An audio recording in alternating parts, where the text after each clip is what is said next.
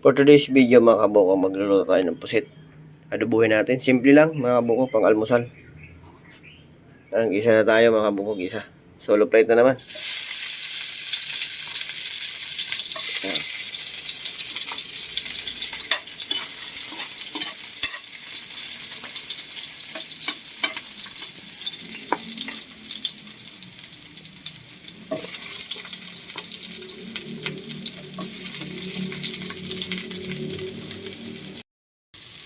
Lagyan na natin yung pusit mga kabuko.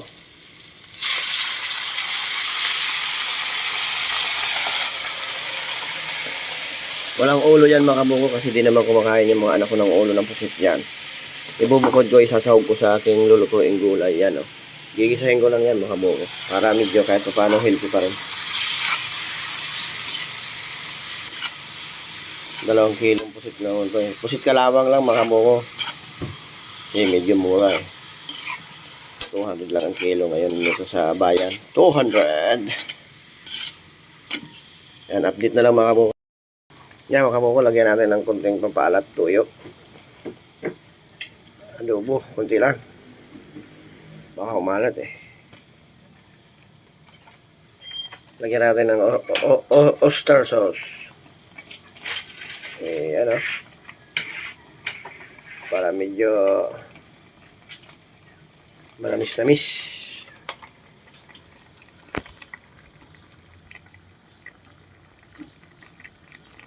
Lagyan natin ng buhangin. Yan, alikabok baga. 2 piraso lang.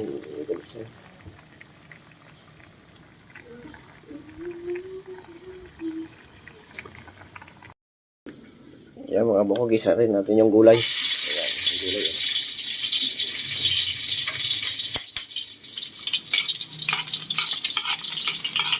Tulog light.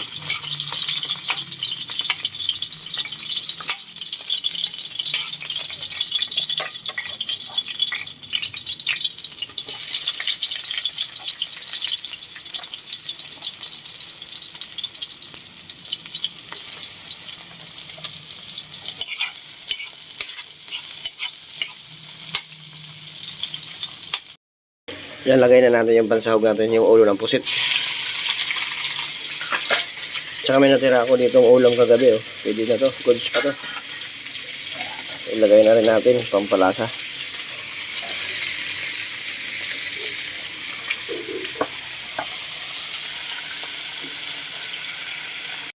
Lagyan natin ng oyster sauce mga kabuko para medyo manamis-namis. Busin na natin yan. Huwag na tayo maglagay asin. Kasi maalat din naman to eh.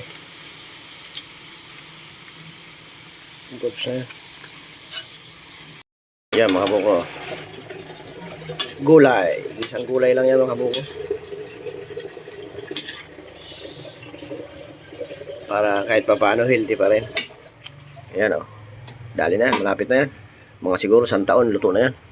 Mga kabuko, tikman na natin itong pang-almusal natin. Di ako nagbukod-bukod ng ulam. Sinama-sama ko na dito. Ganon din naman yan. Sasama-sama sa loob ng tiyan yan. Hugasan pa yan.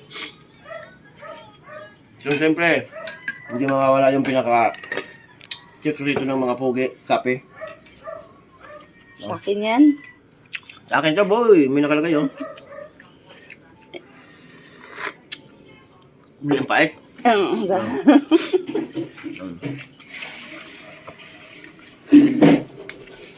Ang sarap. May gulay. Saka yung pusit, oh. Sarap na. Kabuko, bago tayo pumasok sa ating opisina, mag-almusal muna tayo. Red pepper.